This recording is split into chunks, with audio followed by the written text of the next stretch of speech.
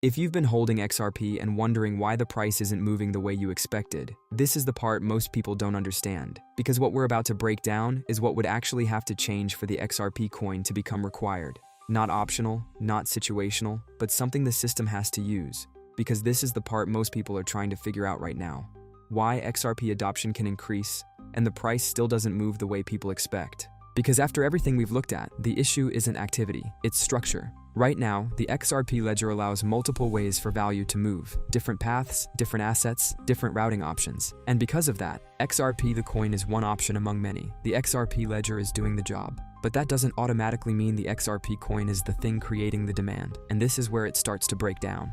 In the real world, this looks like the same payment being completed in multiple ways, with or without XRP being the asset moving the value. XRP is always part of the network at a base level through things like transaction fees and account reserves, but it's not always the XRP coin carrying the value in a transaction.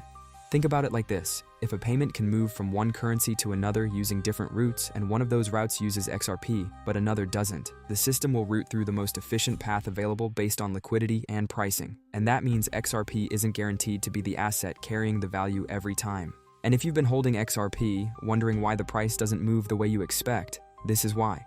Because unless certain conditions are met, demand isn't structurally forced into the system.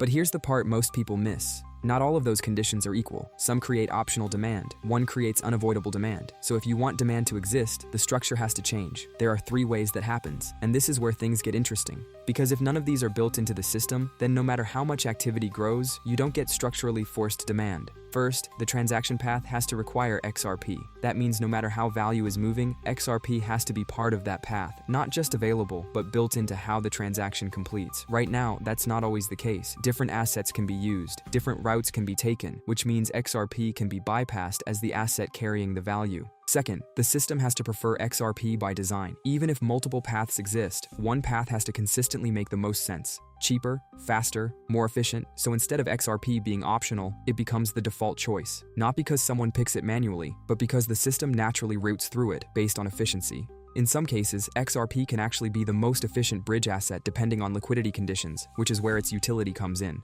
Third, liquidity has to concentrate around XRP, because at the end of the day, value follows liquidity. If the deepest, most efficient pools are built around XRP, then transactions can start flowing through it more consistently.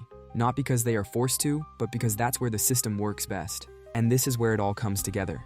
Demand doesn't come from people talking about it, or even from the system being used. It comes from how the system is designed to move value. So when you see adoption increasing, more activity, more headlines, but you don't see that reflected in price, this is the gap you're actually seeing. If none of these conditions are in place, then XRP remains optional in how value moves through the system, which means the system can grow, usage can increase, and demand for the XRP coin still isn't guaranteed. And when you look at where things are today, you start to see why this hasn't happened yet. The system is flexible. It allows multiple paths, multiple assets, multiple ways to complete the same transaction, which is great for functionality, but it doesn't force demand. So now the question isn't just what would force demand, it's which of these conditions actually exist today, what's missing, and what would actually have to change for XRP to move from optional to something the system can't avoid. Because once you see which of these actually exist today, you'll understand exactly why the price behaves the way it does, and more importantly, why it hasn't changed yet. Because in the next episode, we're going to take these 3 conditions and test them against reality.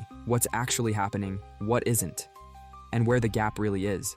Because once you see that clearly, you'll understand exactly why the price behaves the way it does and why that hasn't changed yet.